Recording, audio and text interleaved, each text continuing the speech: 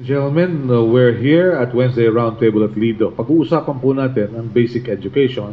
Paano ba sinasanay ang mga nagiging guro? And at the same time, ano yung mga problemang hinaharap ng sektor na ito? We're happy.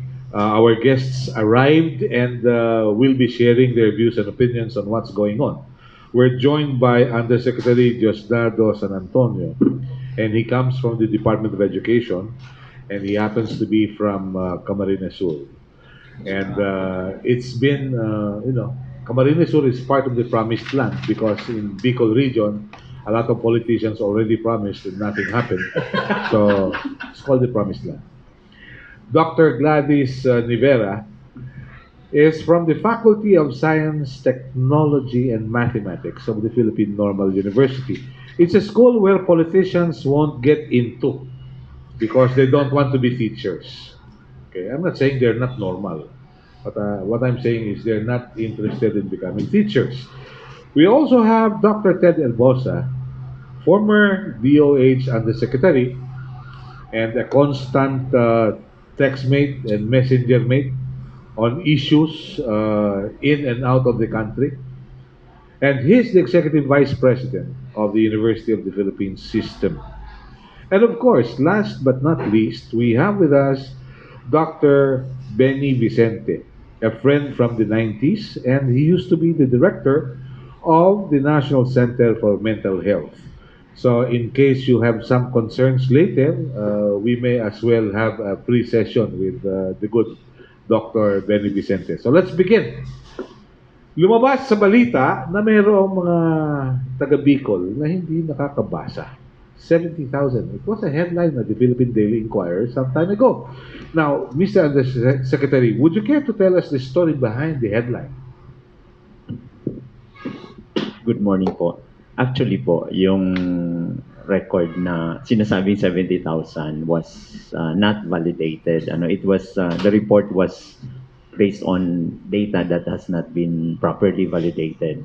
Nagkaroon po talaga ng focus on reading sa DepEd. I mean, the reading programs in the Department of Education have been in place since a long time ago.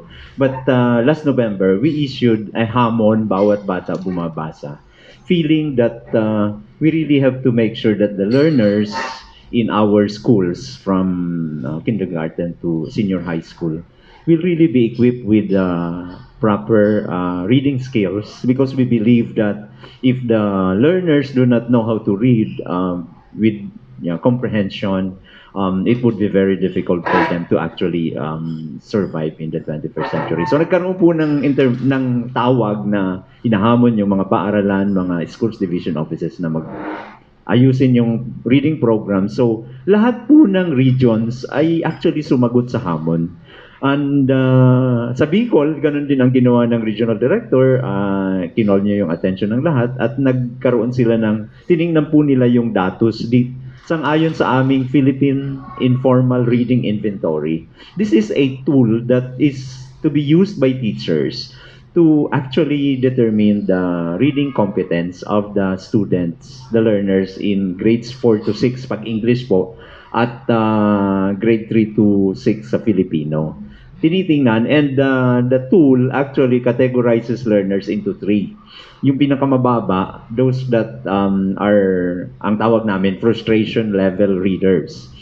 Ang ano po dito, you have to be able to read a given passage appropriate for your grade 90% of the times. Wala kang miscues. Kung magkaroon ka ng maling 10 instances, 10% na mistakes, frustration ka na. And then, yung pong comprehension check, you should have about 60% correct answers para hindi ka matawag na frustration.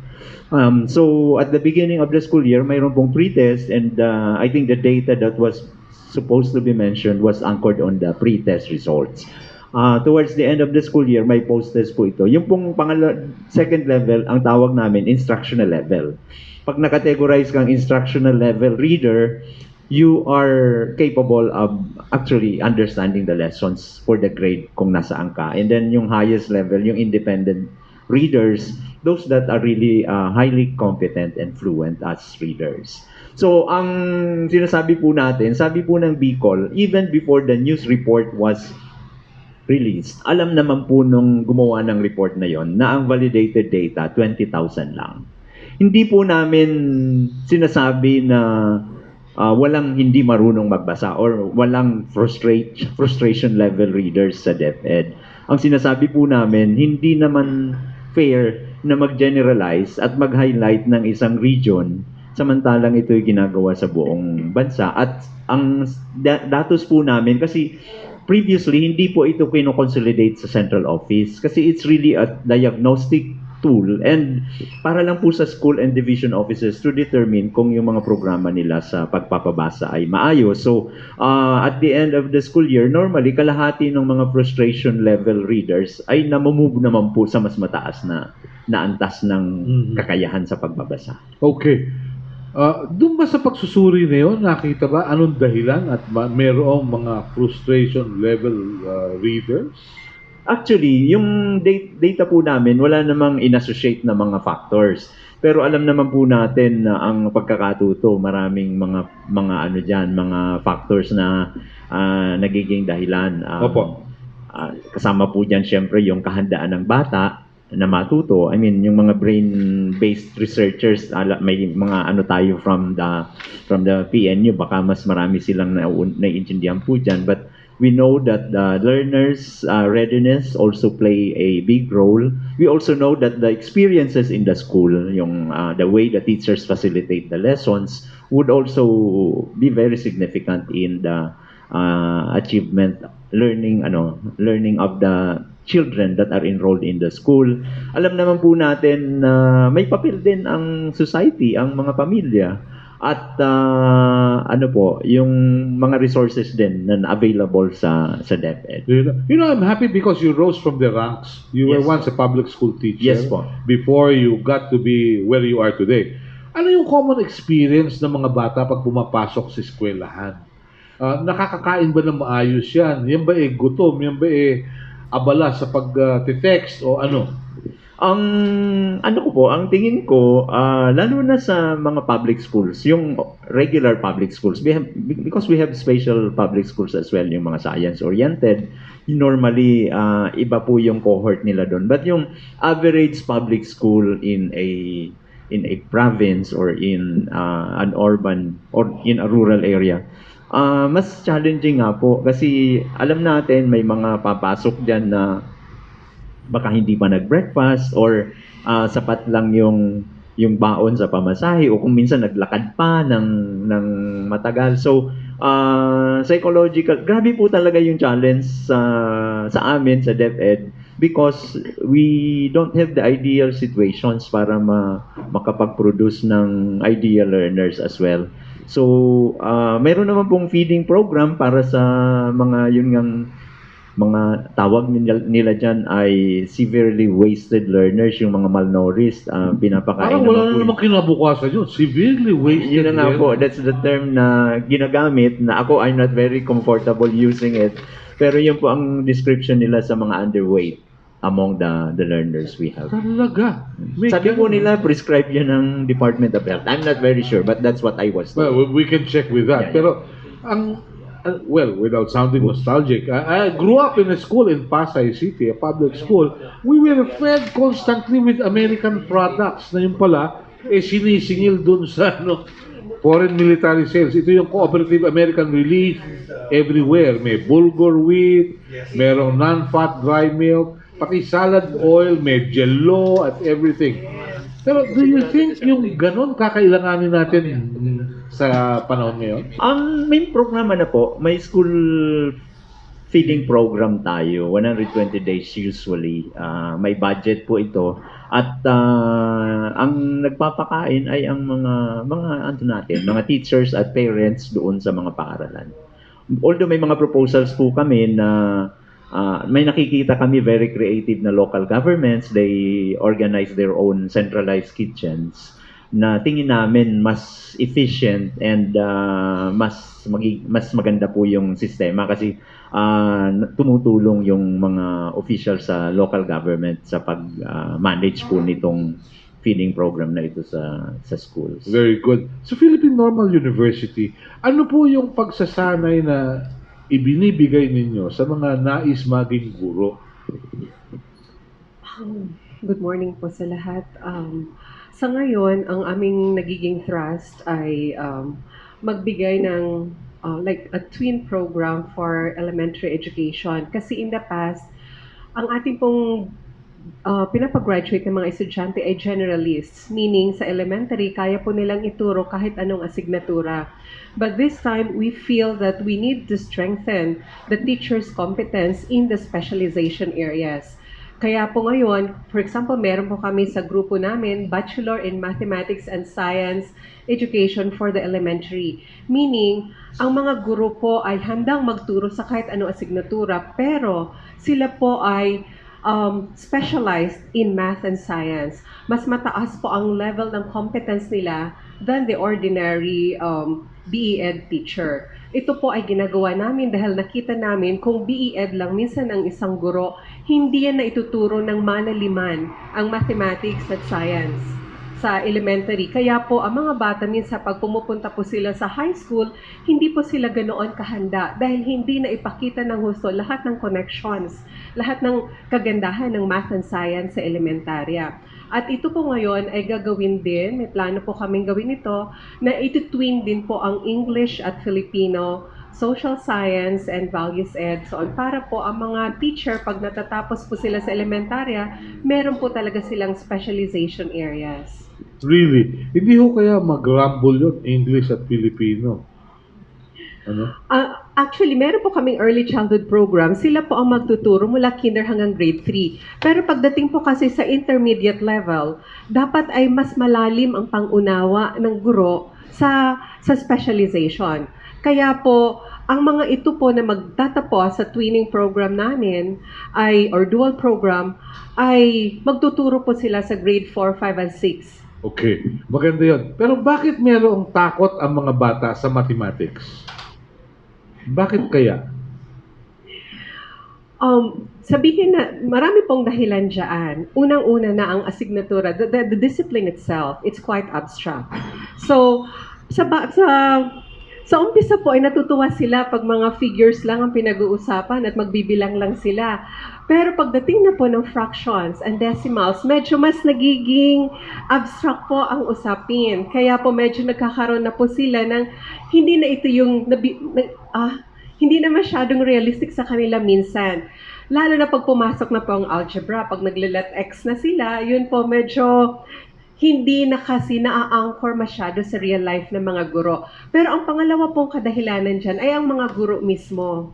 Minsan po ay hindi nila na ipapakita ang kagandahan ng matematika dahil itinuturo nila ito in an abstract manner. Instead na gumamit po sila ng maraming manipulatives, yung i-anchor nila sa tunay na buhay. So, bumabagsak din po ito sa competence ng teacher. In the hands of a very good teacher, mathematics can look easy and exciting for students. Yeah, Mr. Undersecretary, hindi kaya ganun yung sitwasyon, nirarapol ng teacher yung kanyang sweldo sa mga pinagkakautangan. Hindi kaya yun ang isang factor doon. Na hindi siya makafocus sa pagtuturo dahil yung kanyang financial literacy still in question. Possible po na maraming ang mga distractions sa buhay ng ating mga kasamang guro sa departamento at kino-consider po din natin na mahalaga nga na maging financially literate ang ating mga kasamang guro. So, maganda to na pag-uusapan natin to dahil narinig ko na rin kay Secretary Briones na dapat talaga alam din ng teacher kung paano gagastusin yung kanyang kakarampot na sweldo. Sabi nga ng ilang teacher, sana nagsundalo na lang sila o nagpulis. Mas malaki sweldo. Pero sa UP, sa dinami-dami lang kumukuha ng pagsusulit sa UPCAT, mga ilan po yun? About 180 apply for the UP college admission test. 180 year. Last year, 150 something. Nationwide, 160 no? nationwide. No? We have about 22 exam centers. Ilan ang pumapasa? Hindi naman siya passing or failing. It's making the mark in the degree na pinili mo. Okay. So there are courses na maraming matatalino. So yung tinatawag na university predicted grade, because we have an average of the general weighted average in high school, ngayon K-12 na, at yung exam score sa, tapos there's a statistical computation na very very correct, very high correlation until the second year of college. Hanggang second year nako-correlate. Ang tawag doon UPG. So based on the UPG, may number of slots ang bawat degree. Kung ang nag-apply doon sa degree course mo lahat matatalino, galing sa mga science high school for example. Pagkatapos ikaw galing ka sa public school at ang score mo nasa mababang UPG, our UPG cutoff in the university is 2.7. That means a university predicted grade of about 2.7. Pero ang mga grade ng mga nasa science, for example, let's say math, lahat ay matataas. Kahit nasa 2.5 ka at 2.1, kung ang cut-off ng mga natanggap na estudyante ay nasa 1.9, wala ka na. Hindi ka na matatanggap sa UP. Ganun. Oo. So, Wala kang plan B ron. Wala kang plan depende B. ka sa, wala nga yung plan B Pero, sasabihan ka na hindi ka natanggap doon sa degree na gusto mo, which is, let's say, BS Math, pero yung grade mo ay pwede sa ibang kurso. So, maghahanap ka ngayon. So, yun yung tinatawag na, because above 2.7 ka, nasa 2.1 ka wari. Hahanap ka ngayon ng ibang kolehiyo at degree na kulang yung mga nag-a-apply. Ano yung pinakakulang? Social work. Philippine Studies. Philippine mga Studies. Philippine Studies. Social work, madami rin siya. Mataas din yan. Hindi ko alam yung talagang mga datos yan, pero yung mga art school, hindi ganun kadami yung nag-a-apply sa Okay. kanila. Pero yung science, accounting, yan, lahat, all of that, engineering, Economics. yan, yung mga popular na tinatawag na college degrees, yung mga marketable, computer science, yan yung pinaka-demand ngayon, computer science, business management, yan, madaming nag-a-apply dyan. Yeah. Kaya ko na itanong, I just recalled a friend from Beijing University, si Dongdong Wang, who used to be correspondent of China Central Television. He applied sa Beijing University for chemistry degree. Hindi niya inabot yung cut-off. Okay. So sabi niya, saan ako pwede? Philippine Studies ka kung gusto mo. So, Philippine Studies graduate siya and he talks Tagalog, Filipino, very fluently. So, he became a correspondent to the Philippines ng CCTV. Pero sabi niya, ganun ka competitive sa China. Correct. Kung ano yung target mo, kung hindi mo kakayanin, mawawala ka talaga. And you have to settle for something else na makakagraduate ka rin sa eskwelahan. So, ganun ang nangyari sa Philippines. Philippines. Ganun For the Philippines, kasi if you really look at it, the UPCAT is now the national college admission test. Kasi everybody UP is the highest ranked university in the Philippines. Wala namang ibang makalapit. Private school yung It's the best pinakamalapit, university pero in Diliman, 100 slots away pa. No, 8 campuses here. Yeah, of We have course. 8 constituent universities. So it's equivalent to 8 state universities. So pwede ka mag-apply in any. Pero limited pa rin yung slots. So kami, mataas ang rankings namin kasi because of the research potential, yung mga matatalino na kukuha naming estudyante, we get the cream of the crop as the national university. So, swerte kami because we work with the best. Pero the rest of the country, very alarming. Yung datos ng PISA nga, yung sinasabi na pinag-uusapan about reading comprehension and math. We're very low compared to, let's say, China. Ang taas ng China. Even Vietnam. Even Vietnam. So, ano yun, to me, as someone in higher education, that is alarming. Kasi nga, saan pupunta yan? Kasi we're a middle-income country with about half of our population below the age of 25. Karamihan ng ating populasyon ay kabataan. Kung gusto nating makaalis doon sa tinatawag na middle-income rock or tinatawag sa economics na hindi ka na maka-elevate to a first world country, the first thing you need to fix is education. And nakita ko, closely related to health. Kasi nga yung level of malnutrition natin and brain development, which has to be corrected before school age. Yeah. Kasi by school age, by 7 to 10, the brain is fully developed. We have a psychiatrist here who can validate this. The correction should be before school age. Really? Yes. Oh, So if you okay. want the brain to be developed, by the time you're 7, the size of the brain is the same as an adult. So yung school age program natin, I was in the DOH and we were running this school age program. Sinabi sa akin ng mga teacher, yung bata po walang kinakain pag Sabado-Linggo. Ano? Kasi sa pamilya nila, alam nilang kasama siya dun sa feeding program. Ng Monday to Alam Friday. nilang Monday to Friday kumakain yung bata ng merienda at saka tanghalian. Kaya pagdating sa weekend, hindi siya kasali sa parte doon sa pagkain ng pamilya sa bahay.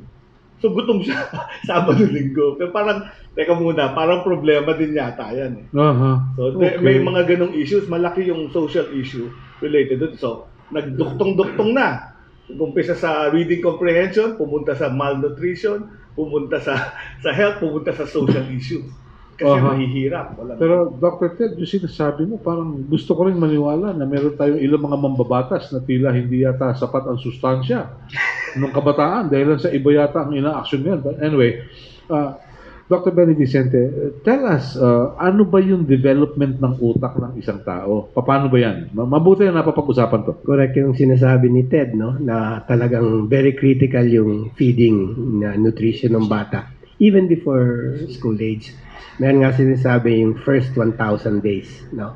About 270 days, yung fetus ka pa lang, hindi ka pa pinapanganak.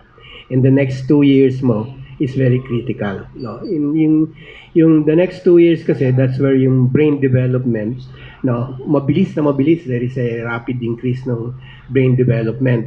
And what happens dun is, tawag natin yung synapses. Nagpo-form yung mga synapses, billions of synapses, yung connection from one nerve to another nerve, no, one neuron to another neuron. Doon nangyayari na ng first two years mo. No, by the time na third year ka, no, magpla-plateau na yon, and then sabi nga ni Ted, by 7 it's almost the same as the adult brain. So yung first 1,000 days is very important. Critical yan dun sa early yung pregnancy pa lang. Most common dyan is iodine deficiency and iron. Very important yung mga ingredients na yun. Of course, there are many other ingredients that are very important, pero yung dalawang yun ang nilalagyan ng focus, because kung may mga deficiencies ka niyan, you can result into mental retardation and even a host of other mental health problems later on in life.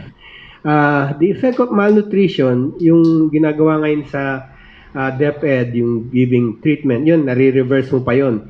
Provided na yung bata, hindi nag-umpisa na malnourished nung bata siya. Kasi pag meron kang malnutrition as a child, even preschool, no, it can result in mga permanent damages learning, memory, mental retardation. This can be permanent, as well as physical development. Kanya meron kang tinatawag na stunting.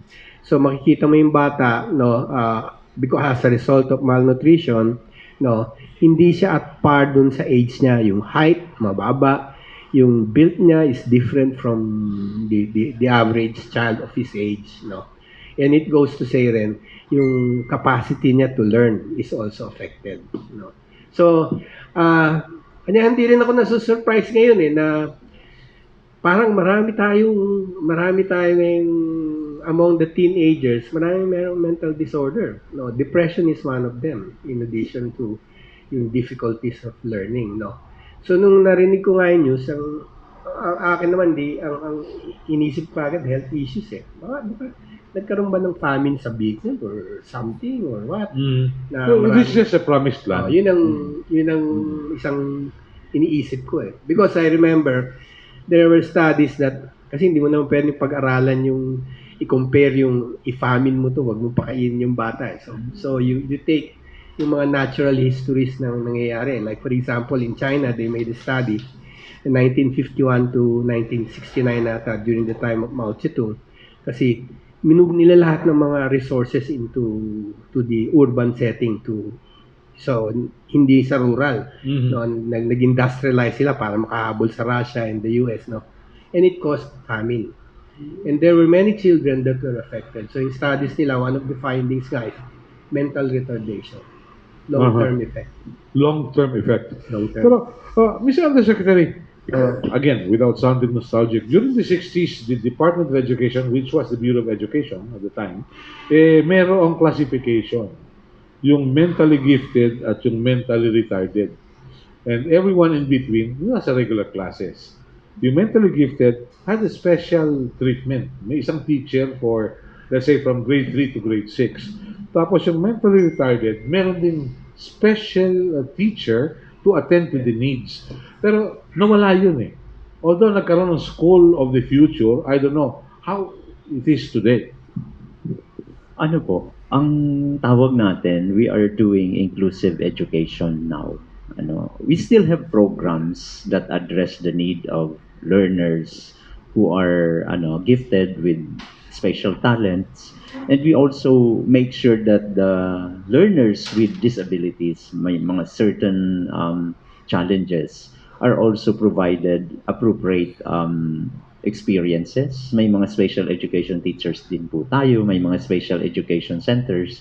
So, hindi rin po nawala. Ang tingin ko mas pinaigting kasi nga normally the fast learners attend our special science elementary schools, special science high schools, and then we also have schools for performing arts, for certain mga even foreign language. We have special programs in foreign languages sa high school po, junior high school. Really? That's nice to know. At least, medyo meron na tayong improvement. Pero I recall during the time of Secretary Jesly Lapus, that was in 2009, if I recall it right, I was in Vietnam and I was surprised to see children going to school on Saturdays. And Jesly said, you know, Melo, yung kanilang Monday to Friday, English, Science, and Math. Yung Saturday, Humanities. Tapos, ang sinabi naman ng obispo ng Ho Chi Minh, nung pumasok yung mga komunista sa South, ang sabi, papagawa namin yung simbahan, yung napinsala, ng digmaan, pero meron lang kami request. We will run the schools. Wala ng private schools. All state-owned schools. So, pag sinabi ng gobyerno, ito yung trust natin. Yun ang trust. Kaya, that early, sabi ni Secretary Lapus, ahead na sila sa mathematics. Tingin ko po, I think yung system natin na may complementary role ang public and private education sectors ay pa rin, is a good option. Kasi pag sinabi naman po nating buong state na ang magkocontrol ng basic education, baka mas ma-overwhelm ang Department of Education. I can understand. Ayan, I would say Yeah, I can 28 understand. million learners po yung pinag-uusapan natin. And it's like close to 1 million na yung human resources natin. So, ang approach po talaga, sa tingin ko, sa basa ko, I've been with DepEd for 35 years, parang maayos naman tong may complementary role ang public and private sectors sa Okay. education. Na-imagine ko, biglang naging estado yan. No? Hirap na hirap kayo dyan. Pero how do you identify your freshman students? How sure are you that they will get into teaching? We conduct campaigns in different schools. Ngayon, medyo nahirapan kaming kumuha ng math and science kasi halos na pumupunta sa education ay yung graduate ng UMS. Yung mga graduate ng STEM, ng K-12, pumupunta sila sa engineering, sa IT. So ngayon, nagka-campaign kami even among special science schools para magkaroon kami ng magagaling na math and science teachers. So far po ay mga 6,000 ng applicants, malayong-malayo sa UP, pero ang kailangan lang po kasi, ang kaya lang ng system namin dyan sa main ay mga 1,200. So nakakapamili rin naman po kami ng magandang produkto. Okay. Pero may tracer studies ba kayo to check on how they're doing after graduation? Opo. At maganda naman po ang mga naging feedback. Maganda pa ang feedback sa PNU at yun po ay nakakatulong sa amin lahat sa mga accreditation measures, sa mga lahat po sa QA ay nakikita naman po at meron din pong feedback from the employers. Good. You know, isang problema nila pag may alumni gathering, hindi sila makaraise ng pondo tulad ng mga taga-UP, no? All the money. Ang aming College of Education is also one of the poorer alumni association.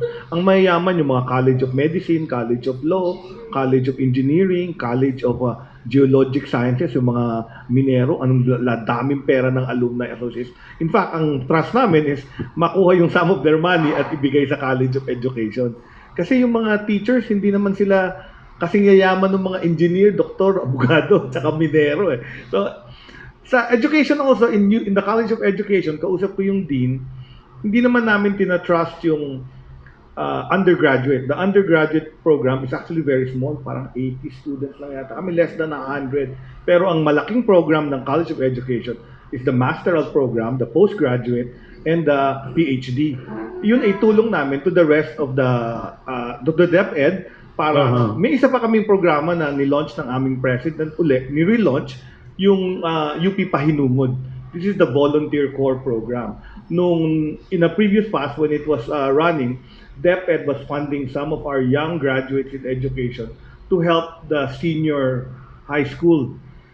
So binabalik namin yon, kinukuha uli namin yung mga magagaling sa science, sa yung problem nyo, to help K-12 to boost the science and math scores kasi doon yung mabababa sa aming UCAT from the public school. Well, not the science high schools kasi we also have public science high schools under DOST and under local governments and DepEd which perform very well, better than the exclusive private schools. So sila pasok sa UP. Yun yung mga matataas. Pero the rest, kailangan ng tulong, especially sa science track. So isang naisip ng UP, how do we help the government that magbigay tayo ng mga teacher or even the students pa lang ng masters o pwedeng mag-supplement ng teaching in science and math. And hopefully, these are the bright ones that can make math and science become interesting, di ba? Yung mga napapaganda nila. So baka ma-interest yung ibang younger students to take up math and science courses. Very good. Yes, nice. Maganda yun. Pero Doc, merong lumalabas ng mga results sa board exams. Yung mga nagtatap mga taga-probinsya at hindi mga taga-Manila. Anong ibig sabihin nito? Is it because hindi sila gasinong distracted doon sa mga regions kaysa mga nasa Manila? O mas malupit ang stress dito sa Manila kaysa doon sa nasa regions? Wala akong sagot dyan Traffic. So, basically, siguro i-compare yung urban versus rural living. Yung urban, mas stressful siguro yan dahil for one, yun nga, traffic is a problem.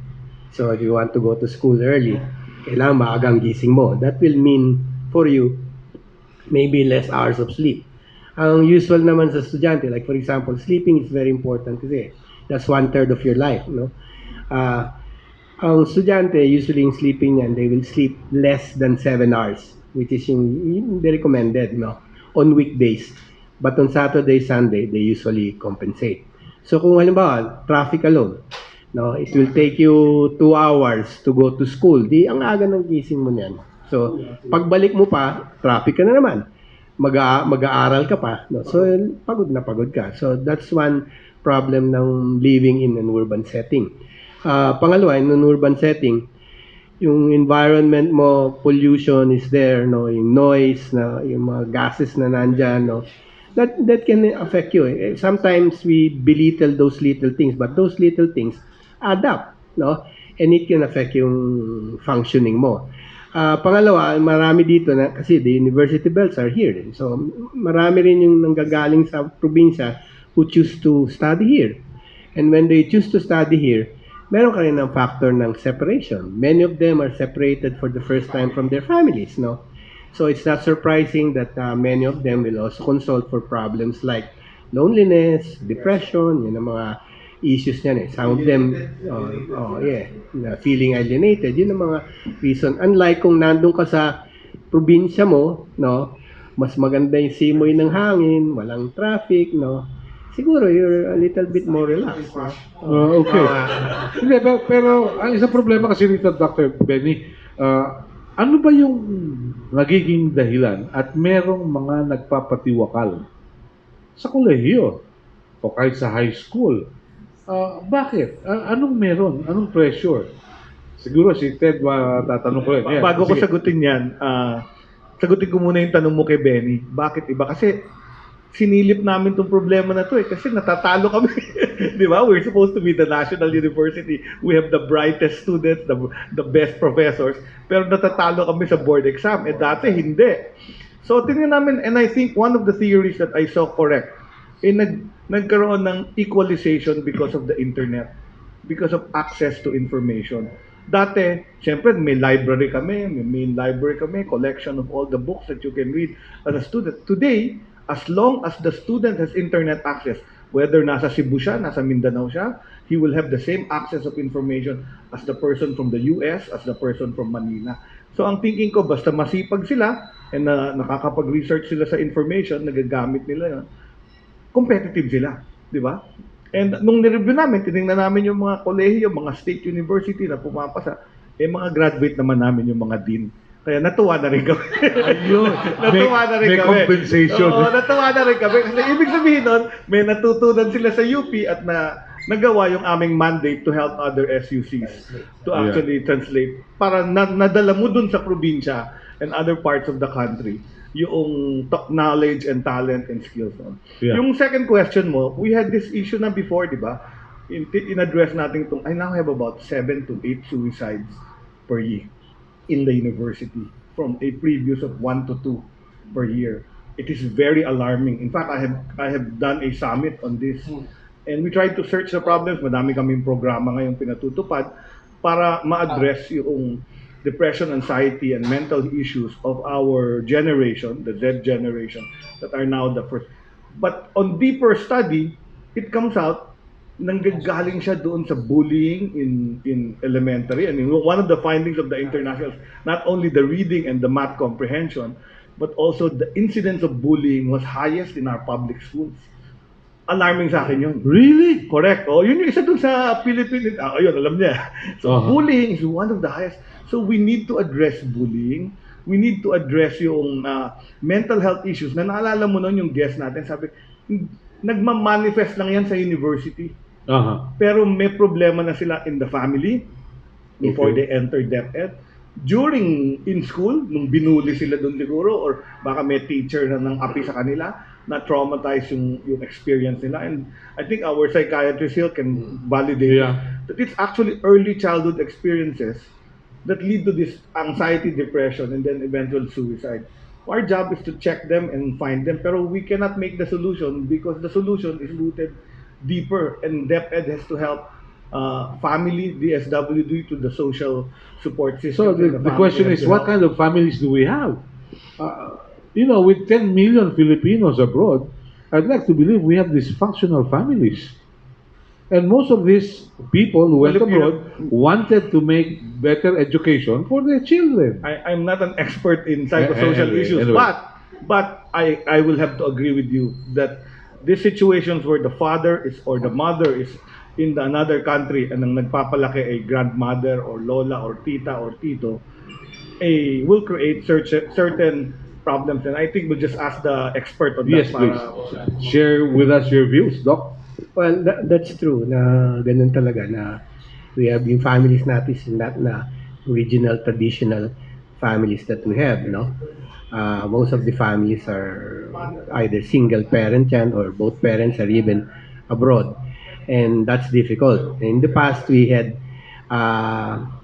yung parenting na was you don't need to teach parenting, pero apparently ngayon dahil kalaban mo yung internet, kalaban mo yung TV, kalaban mo yung cellphone, parenting becomes a little bit difficult, and parenting is a factor, a big factor. But yeah, Ted is right. No, yung childhood experiences, they call it ACE, adverse childhood experiences. Yan ang importante. And one of the important thing is trauma as a result of bullying can cause them, lead them to have mental health problems in the past. So sa clinics ko, I often see children then na didn't simply want to go to school.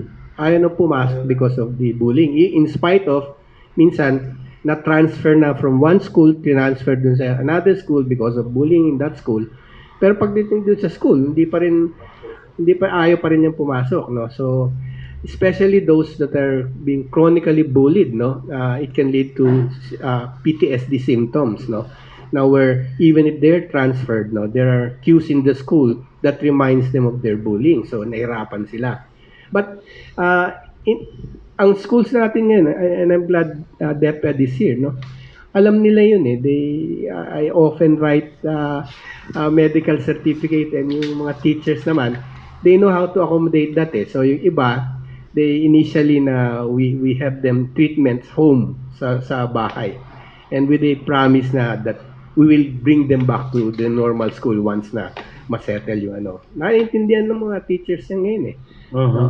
Oh, okay. Pero malupit yun. I don't know. Let me explain. Tama siya, no? So an elementary to high school, life is structured. So if you have corrective measures, if the DepEd has corrective measures to make sure na hindi na mabully yung bata, to make sure mag-perform siya, okay yon. And then I bring him to UP or any other state university where education is liberal. Bahala ka kung pumasok ka o hindi ka. Bahala ka sa subjects mo.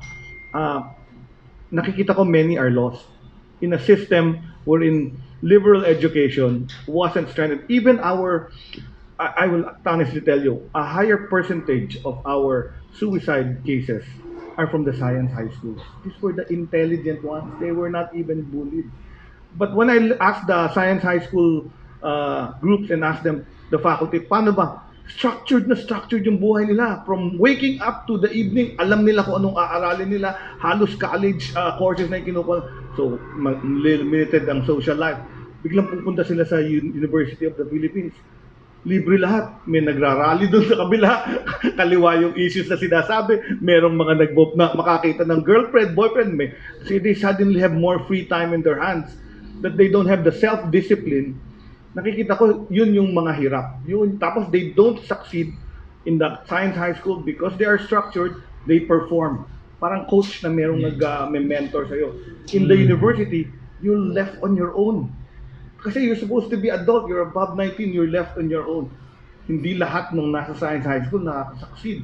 So ang tataas ng grade niya sa science high school, lumalagpak siya sa basic subjects in the university. Depression ang punta nun. Yes, please. Dagdag ko lang, kasi sa PNU din napansin namin, there's been a spike of mental health issues ng mga bata. Oo. Pero ito yung mga karamihan ay galing sa mahihirap din. Hindi kaya gutom ang dahilan nun. Isa yon, poverty, tapos mga dysfunctional families, kasi inaral din po namin bakit ngayon ang dami-daming pumupunta sa guidance office at ang daming nag-a-apply ng leave of absence dahil po sa psychiatric problems. Pero ang isa pong nakikita namin ay ang internet. Ito po sila ay digital natives. They know no other world. Hindi po nila naramdaman yung panahon na tayo po ay nagpipiko, yung mga parlor games. Sila po ay nabuhay sa mundo ng internet. And they define their self-concept po based on social media. So depende po pag nag-post sila, marami bang likes, bakit pag nag-post yung isa, ang dami-daming comments, pag siya ang nag-post, wala masyadong comment.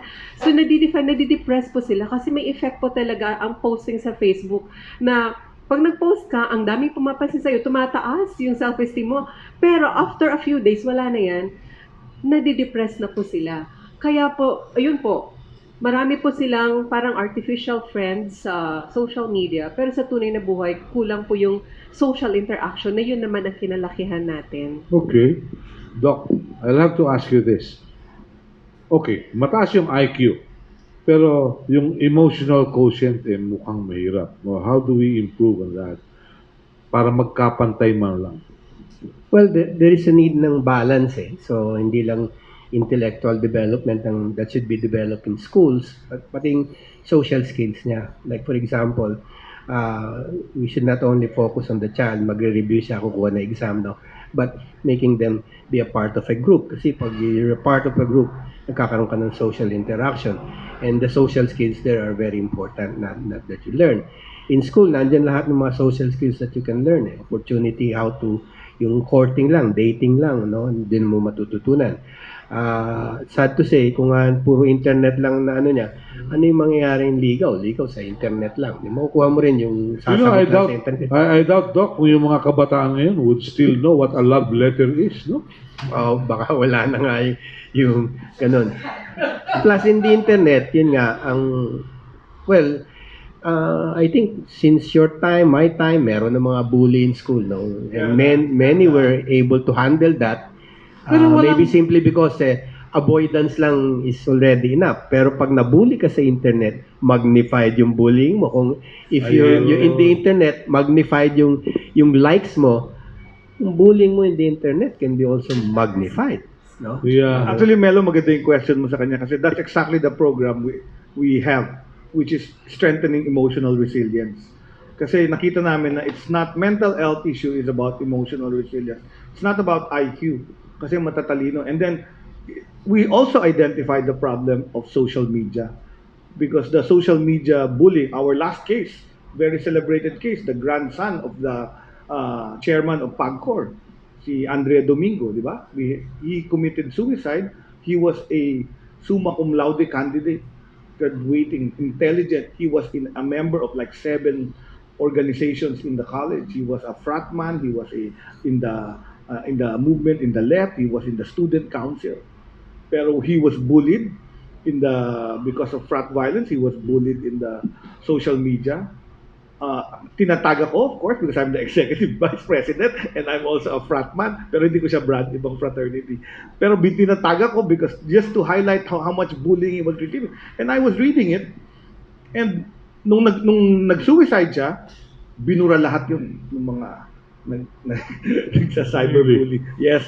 So there's the other scientific fact about the LED screen. My phone, I talked to an ophthalmologist. He said, the blue light is the one that causes brain effect. Ay, alam din niya yung tumatango siya. So now my radiance of my LED screen is lower. In fact, the American Pediatric Association has limited the number of hours a child should look at the LED screen because it also affects the neurotransmitters in the brain. Supposed to have effects the blue spectrum, which is very strong in LED light, which is very low in sunlight and natural light, has some effects in neurotransmitter production and neurotransmitter engages. So yun ang nagiging initial findings. In fact, meron tayong cases of seizure. Yung mga nag-gaming, yung hindi nawawala sa ilang oras na naglalaro ng gamers, nagsi-seizure disorder sila, hindi ma-explain yun nung una. So ang isang theory ngayon is the blue light. So may mode yung phone natin actually to change it to a lower light. Now, if you have a kid that grew up maingay, nagliligot, sasalpakan ka agad nung iPad or cellphone para manood ng gaming niya, may effect daw yun sa brain development. That's why the American Pediatric Association limited the hours on time of and in France, they now don't allow cell phones in the school. Bawal. Kasi nagtuturo ako, nakikita ko yung mga tao, nagte-text lang. So you spend hours on the blue light. So, there is an effect on brain development. He has more of the science. But truth in fact, that is a factor. Really? This generation lives in a virtual world, plus there are effects on the brain of looking at the blue light for long periods of time. You know, malupit itong topic natin, no? Buong akala natin, edukasyon na, pagbasa. Pero mukhang lumalim ng lumalim. Bullying ng araw. Panahon natin, okay lang yun. Bugbogan ng katakot-takot yan. Sige, away. O iwas ka na lang. Pero yung iba naman, parang na-highlight yung bullying later on dahil nagkaroon na rin ng batas. Is it because we have more regulations that there are more violations? No, it's the social media. The cyberbullying I see is the cyberbullying that, in fact, I'm telling the university officials, our IT administrators, to have a strict policy on cyberbullying. Because it is directly related to the depression. You have a child from the province. He's isolated. He doesn't have friends here. And all his friends go out on weekends, all to the expensive places. And he can't go out with them kasi hindi naman siya from the socio-economic class, the same class. Magta-travel sila pag holiday. Nakapost sa Instagram lahat yun.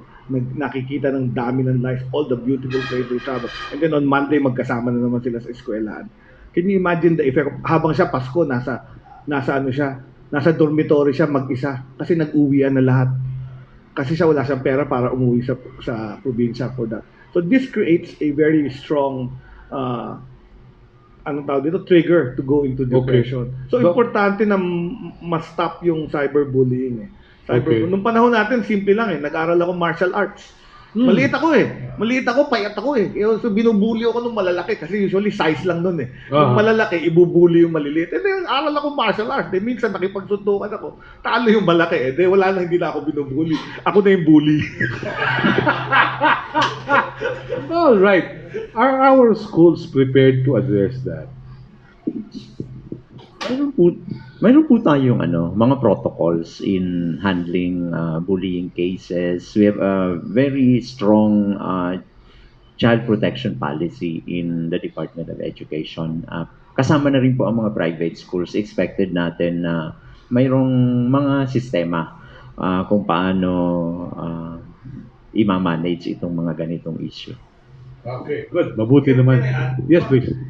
One of the things we said as a solution to this problem was really adding many other things in the menu of the university students. Sabi namin yung sports, malaking bagay yon. Yung arts, artistic, play, drama, etc. or any artistic endeavor. Religion, nakita namin religion is an important factor. Join any religious cause, whether you're Muslim, Christian, or Catholic. We would advocate that because there are peer groups or support groups that help develop and check depression. So nagkaka-social acceptance. And this is where I think the problem lies. Remember, our old Department of Education was called DEX, Department of Education, Culture, and Sports. Yes. It was balanced. You had basic education, you had culture and arts, and you had sports, which are entities. Ngayon, hinahandle pa rin naman ng DepEd yung palarong pambansa. And I think it's a great program. It's a good program that will, kasi sa team sports, competitions, failing and losing in a sports competition teaches many things that are not taught in the classroom.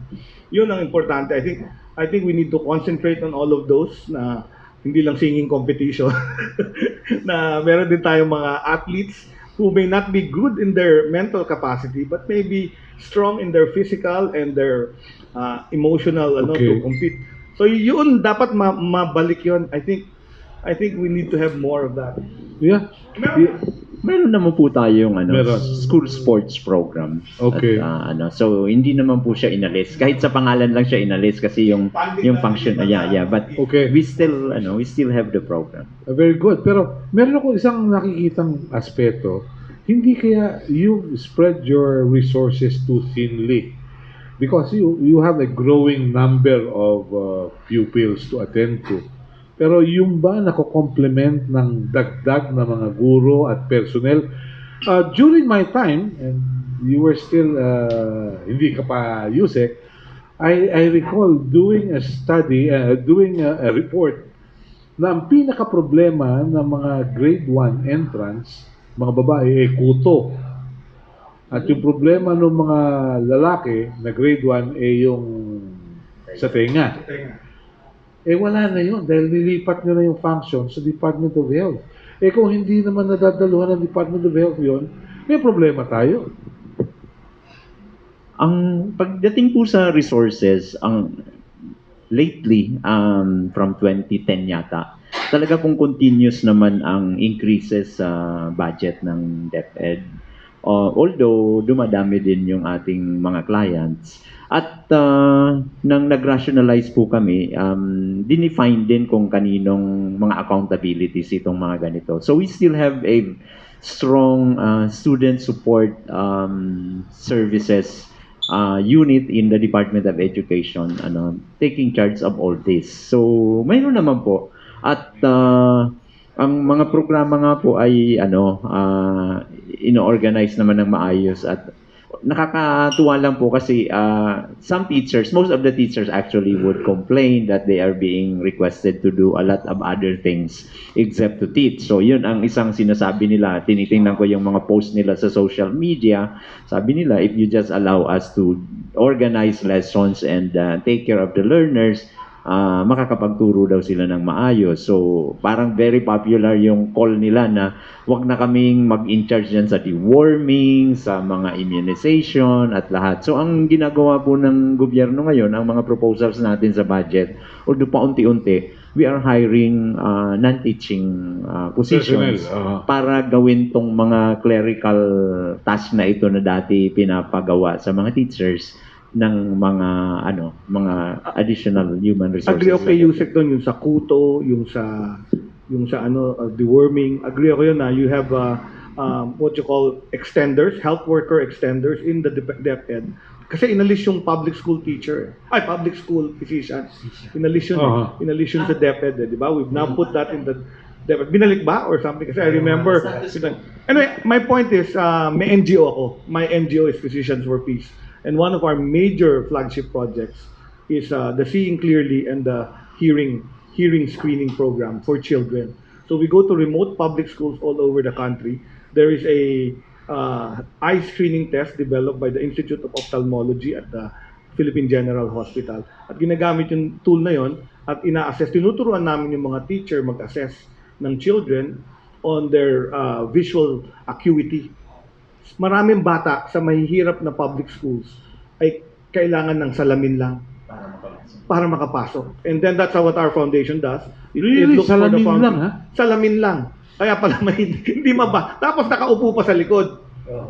Nakaupo pa sa likod. Pinapaupo ko ng teacher sa ropor. Hindi nababasa yung nasulat sa blackboard nung magaling na teacher. So tinuturuan namin yung teacher. Ito, kailangan teacher talaga to. Yung sa hearing at saka sa visual acuity testing, which are core skills na pwede mong ipasa sa teacher para ma-identify niya bakit may learning difficulties to. Okay. Eyeglasses lang pala kailangan, hearing aid lang pala kailangan, may otitis media. They re-refer ngayon dun sa foundation or to the local health services para mabigyan ng hearing aid, mabigyan ng eyeglasses. Okay, maganda yung binanggit nyo. And tinulungan namin yung PhilHealth para isama sa PhilHealth funding yung high glass Okay. as what we call devices for mobility. Devices for mobility. Kasi yung prosthesis binibigyan na nila eh. Kami rin yung nagtrabaho noon, yung foundation. Okay. Yung amputee.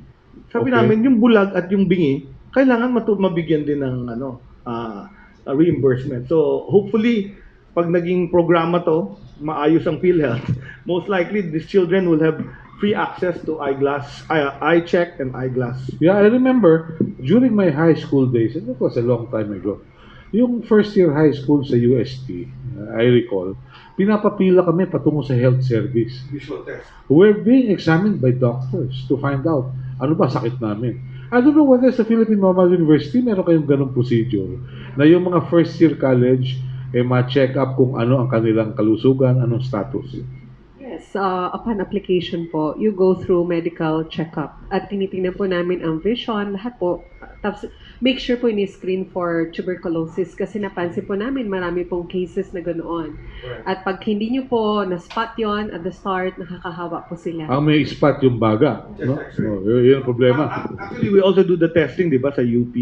Pero, dinagdag namin ngayon yung a short mental health assessment to look at high-risk individuals. Nagkaroon ka na ba ng depression? Merong several questions na dinagdag doon sa questionnaire just to screen and find out kung may history ka ng depression, anxiety, nagpatingin ka na ba sa psychiatrist, psychologist, para makita na namin. Okay. Ba, maganda to. Let's look forward. What can we do at the moment? Anong pwedeng gawin sa pamilya, sa komunidad? Dr. Benny. Well, sa community talaga, it's very important, no? So, mental health services are basically not found in the community. So, Ilan ba kayong mga psychiatrists? mabibilang mo na, there are about 600 of us not more than that Okay. And many of them are in Mandaluyong, in Manila. Now, if you go to the other provinces, isa, dalawa, ganun. So, ako naman, I don't think that itong problem na to is largely dependent on the psychiatrists. It can be, mental health services can be provided by others. Marami naman. You don't actually, there are psychologists, there are many nurses that have been trained, there are people who are advocates of mental health. You can utilize them. Ang problem natin kasi, one, sa community, the services are not there. So, for you, yung accessibility and availability of services, wala doon. Pangalawa, there is a more a tendency to look at it sa disorder side na instead of looking yung preventive and promotive na aspects na marami kang magagawa, like for example yung building resiliency as you're talking about. No, these are important strategies that you can do. Marami na rin programs ngayon. Sa internet, meron na mga applications na about mental health which you can access and look at. Okay. Doc, anong pwedeng gawin ng inyong association para maikintal o maiparating sa kinauukulan kung paano makatutugon kung merong trahedya, kung merong disasters? A good example, yung nangyari sa Taal Volcano. Ginawang evacuation center yung mga eskwelahan, na-disrupt pati yung pag-aaral. Yung mga bata nakanganga dahil naghihintay kung kailan sila papasok. Ano tingin nyo lang? Well, I'm now connected with the PMHA or the Philippine Mental Health Association. Ang strategy talaga niyan is yung promotion ng mental health. Preventive and promotive ang ang strategy. Although we still provide yung tertiary services, yung psychiatric services, pero preventive and promotive talaga ano. So, right now yung organization namin is involved in Batangas area, but not the entire area where there's the earthquake. We're more promoting on yung building resiliency, kasi this disaster din sa Taal Volcano, we don't think na this is the only time yan. Meron pa yan In fact, meron pang mga activities ngayon, So resiliency is one of the important strategies dyan. Well, it's really important to, pag in a disaster situation, to normalize as soon as possible. So I think even the Department of Health, even in the past, has been veering away with converting yung mga schools as evacuation center. From many experiences natin, even at the time nung pinatubo pa yan, I've seen one school na ginawa evacuation center, ginawang panggatong yung silya, yung books, sira-sira afterwards. And it's difficult to normalize Hindi PUP yan, ha? Oo. Nagbo-bonfire gamit yung desk. So I think the Department of Health aware of that. So hindi na basta-basta yung mga public schools ang ginagawang evacuation center. But I think in some pa rin, meron pa rin kasi simply because wala talaga. So meron na rin lumalabas yung mga portable na mga tents which they can pitch in a safe place but the evacuation centers creates a host of problems even within the department. We know that pag nagdikit-dikit na sila sa evacuation centers, nandiyan na yung problem ng water, infectious disease, lahat na ng klaseng problema Okay. that you can get. All right. Doc, ano pwedeng gawin? Sa UP, cream of the crop yun nandyan. How do we keep them the cream, really? Well, maganda tong iba-ibang sector nag-meet, and I think I will get the number of USEC later para i-connect ko sa aming College of Education at magkaroon pa ng maraming pananaliksik at studies para maaral to na ibang PhD students namin at masteral students in education, maaral itong problemang ito at magbigay ng mga karapatang solusyon. Maganda yung test na lumabas na mababa ang comprehension sa math. At least we know where we are in comparison to other countries at makagawa tayo ng mga, hindi pa end of the world. I mean, may solusyon. Kung may problema kayo na identify, at least maganda yung 50% of the solution is identifying the problem. Sabi nung isang komandidato, ay may solusyon. But in fact, I think with the efforts of the National Mental Health, the Philippine Normal College, the university the university levels, we can assist the DepEd also. Tutulong tayo kasi nandoon talaga yung kayamanan ng ating bansa. Our youth, they're they will the one that will propel our country to higher limits. So we need to invest in them. We need to invest in early basic education. Okay, napakahalaga. Sa Philippine Normal University, there was a group started some years ago. Ito yung association, yung ASTEN. Whatever happened to it? Have you made comparative studies as to the performance of Filipinos with other ASEAN counterparts? Because we're moving to the ASEAN community. We have, and Kaya lang hindi po naging ganun pa ho ang datos, kulang pa ang data natin to compare everything. Pero right now po, I think the Philippines can be more choosy, yung mga TEIs, Teacher Education Institutions, in hiring teachers kasi tumataas na ang sahod. So, marami na hong nagpupunta talaga sa teacher education, lalo na nakikita nila itong stable job. Unfortunately, napakarami pong TEIs talaga sa Pilipinas na hindi masyadong controlled ang quality, ang standards. So, kailangan po sigurong pag-igtingin yon at saka bawasan natin yung mga TEIs na hindi nagpo-produce ng quality students.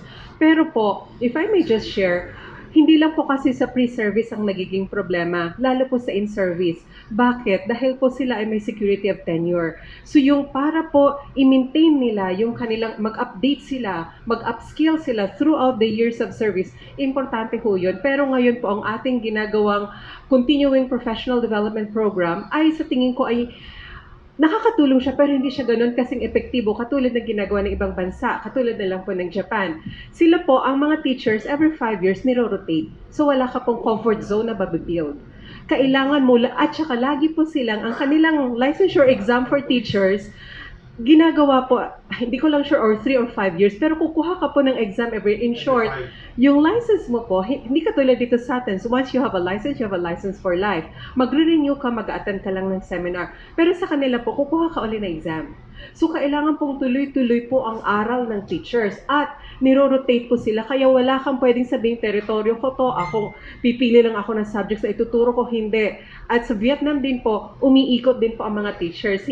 Pero hindi po magugustuhan ng mga teachers natin yan. Pero ma'am, sinasara na yung mga public schools sa Japan. Wala nang bata eh. Totoo rin po yun. Kahit po sa Taiwan, sinabi nila, 20 years from now, 30% of their colleges and universities will be closed dahil wala na pong mga estudyante. So yun po ang problema nila. Pero po, ang teachers po nila ay the best dahil po hindi silang de-develop ng comfort zone. Hindi po sila, ito territory ko na, ito na yung subject na tuturo ko for life, hindi nagre-regress. Okay. Talagang tuloy-tuloy po at hindi po yan nangyayari sa atin. Ay, konti lang po. With all due respect, maganda yan. Kaya lang, duda ko, may mga congressmen na magpoprotesta. It will be very dahil yung mga teacher unpopular na kanilang alyado, hindi pwede magalaw. Very unpopular po yun. Totoo po yun. Yes, Nako, sir. talaga. Totoo po yun. Draconian measure yun eh. Yeah. Kung tutuusin po, kahit sa Vietnam po, marami akong kaibigan doon, sinasabi nila, we are not able to choose the school where we will be assigned. Kasi it's a communist country. Sumusunod po sila. At talaga pong, lagi po silang dapat nag-aaral. Kasi you will have a different boss, you will be asked to teach a different subject, different colleagues. Kaya talaga pong everybody's on their toes. Okay, maganda to. Meron daw kasing kwento nung araw. Ang klase natin ay art. Mag-drawing kayo ng mga paborito ninyong prutas at hayop. Hindi, pagkatapos sabi, please pass the animals or please pass the fruits. Yung drawing po namin, tago nyo na, okay na yan. Pero, pagdating sa mathematics, meron akong magdala kayo tigi-tigi isang itlog. 4 na po yung bata. Sabi niya, sige, bawasan ko ng 12 para sa principal, ilan na natira? Yan. Paano po yung natira? Sabi mo, sa teacher na yan. These are jokes na masakit, pero Ano pa? anong aasahan natin? Ganito po yan. Si Secretary Liling, palagi niya pong sinasabi as early as last year, ang malaki na ang accomplishment ng DepEds in making basic education services accessible to all. Kayo naman po yata can also agree with me na ang mga paaralan po nating pampubliko, kahit sa mga buildings, ibang-iba na ngayon kung ihahambing several years or decades ago. Talaga pong malaki na ang pagbabago sa mga availability ng resources. Although hindi pa rin siya ideal kasi it's always a moving target. Pero po, ang DepEd with Secretary Liling, ang talaga pong ginagawa natin ngayon ng binibigyan ng attention yung quality. At mayroon po tayong tinatawag na sulong edukalidad. This is a transformation effort for DepEd that has 4 pillars. Yung pinakauna pong pillar ay K-12 curriculum review and enhancement. So inaaral po namin yung curriculum. Actually, there's a center based at UP Diliman, yung ACT-RC, na ito po ay research center sa assessment, curriculum, at sa technology sa education na tiningnan po yung intended curriculum natin. Ang unang mga findings, while mataas po ang cognitive demands comparable sa mga neighboring countries natin, yung intended curriculum natin in terms of cognitive demands, comparable po. Pero mayroon din pong mga areas na congested pa tayo. So kailangang i-decongest yung curriculum. So gagawin po natin yan. We will try to enhance the curriculum. Ang pangalawa pong pillar doon sa sinabi kong sulong edukalidad ay about the intensification of the provision of education inputs. Yung pong mga resources na kailangan, alam po ito ng mga teachers, marami rin pong mga hindi pa nabibigay na mga pangangailangan na ideal situation sa schools. Technical vocational school equipment, even po yung mga aklat, hindi lahat nabibigay, hindi dahil walang pera, kundi ang dahilan naman po doon yung mga constraints ng procurement, mga failed biddings na paulit-ulit hanggang hindi na pwedeng gamitin yung pera, so nawawala po. So may mga ilan po tayong subject na talagang nahihirapan kami. So ang ginawa po namin ay gumawa na si Secretary ng TWG to study our own protocols sa quality assurance, reproduction, procurement ng mga learning materials, lalo na mga textbooks, para sana masagot na yung problemang hindi matapos-tapos. Yung pangatlong pillar ay yung teachers upskilling. Ginagawa po nating mas systematic. Pinaigting po ni Secretary Liling yung National Educators Academy of the Philippines. Ang gagawin po natin, katulad ng sinasabi ni Madam Gladys kanina, ay pinagtagpi-tagpi po natin yung career progression sa professional development. Good. Dapat po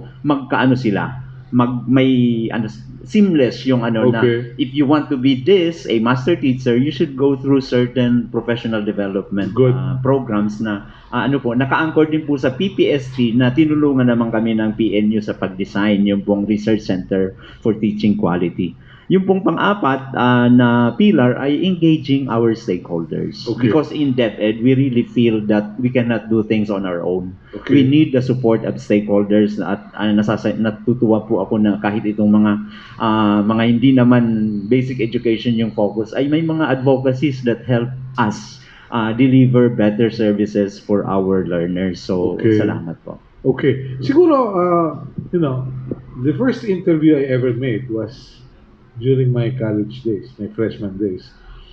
I went to the Department of Education, Bureau of Education, doon pa sa Aroseros, and I interviewed a man named Vedasto Suarez. And the issue was the grading system. Ito ba ay dapat numero o description?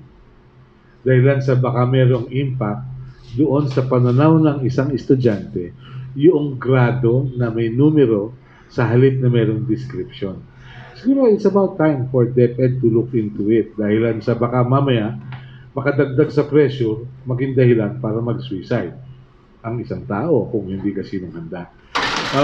I look at the problems as meron pang kaukulang remedyo. Meron pang magagawa. And yesterday, I saw a quote from Ronald Reagan. The issue was, dapat bang merong dasal before classes sa classroom?